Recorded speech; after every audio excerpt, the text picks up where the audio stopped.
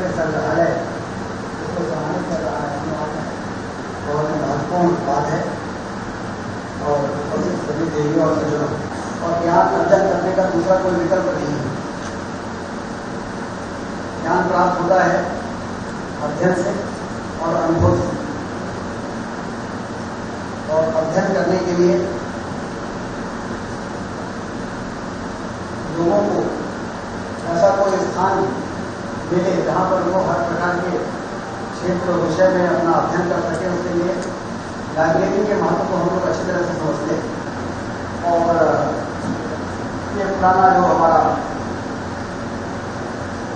पुस्तकालय है, फिर और डेवलपमेंट हुआ, डिजिटल लाइब्रेरी का शुभारंभ हुआ,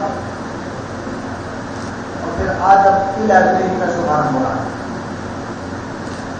उससे गार्डन ये बता रहे थे कि इसमें एक वेबसाइट में 80-80, 90-90 लाख हो सके,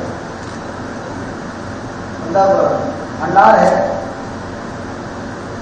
जिस क्षेत्र में, जिस विषय में यदि हमारे आने वाली पीढ़ी को वर्तमान में जो इस क्षेत्र में रुचि रखते हैं उनको अध्ययन करना है, तो कहीं भटकने की आवश्यकता नहीं है।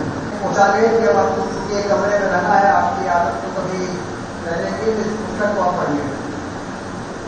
तो उस पुस्तक को मैंने पढ़ना शुरू किया तो पहले तो लगा कि 2-4 पन्ने पढ़ेंगे और फिर बंद हो जाएगा, लेकिन उसमें इतनी रुचि बढ़ती गई, इतना डूबते चले गए कि रात को 3 बज गए वो पुस्तक समाप्त जब तक नहीं होगी तब तक उस पुस्तक को पढ़ना बंद नहीं। सुबह जब इन्होंने पुस्तक भेंट की थी, वो आए कि पुस्तक पढ़े, तो हमने कहा कि हाँ पुस्तक मैंने पढ़ा, 3 बज गए थे। और मुझे समझ में आया कि प्रेमचंद को समस्याओं को उजागर करने की भूमिका और समस्याओं के समाधान का रास्ता भी, क्योंकि मैं ये मानता हूं कि जिसके पास समस्या का समाधान नहीं है वो खुद ही एक समस्या है। ऐसे समाज की समस्या और उसके समाधान का रास्ता, समस्या उठाने वाले को रास्ता भी, समाधान का रास्ता भी बता रहा है, उसी प्रकार का बना नहीं है, बल्कि लगातार समय की मांग के अनुसार अपडेट हो रहा है।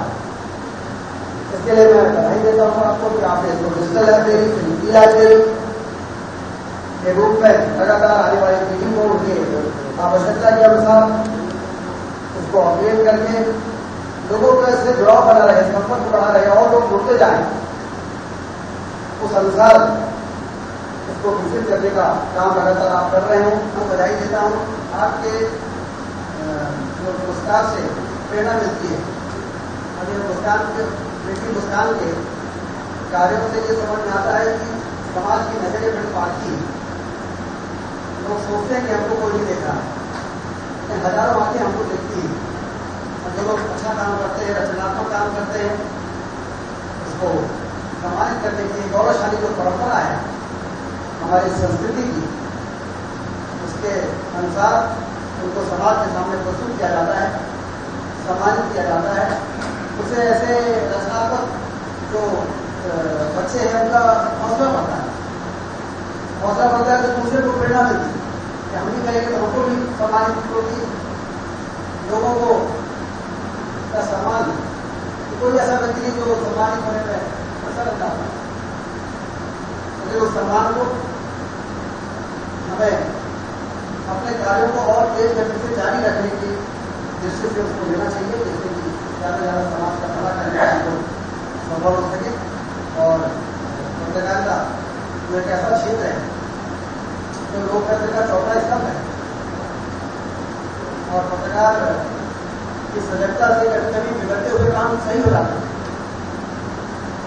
सरकार की योजनाएं जनता के बीच में पहुंचना और जनता की समस्याएं सरकार के यहाँ लाना, इस कड़ी का काम तो पत्रकार ही करते हैं।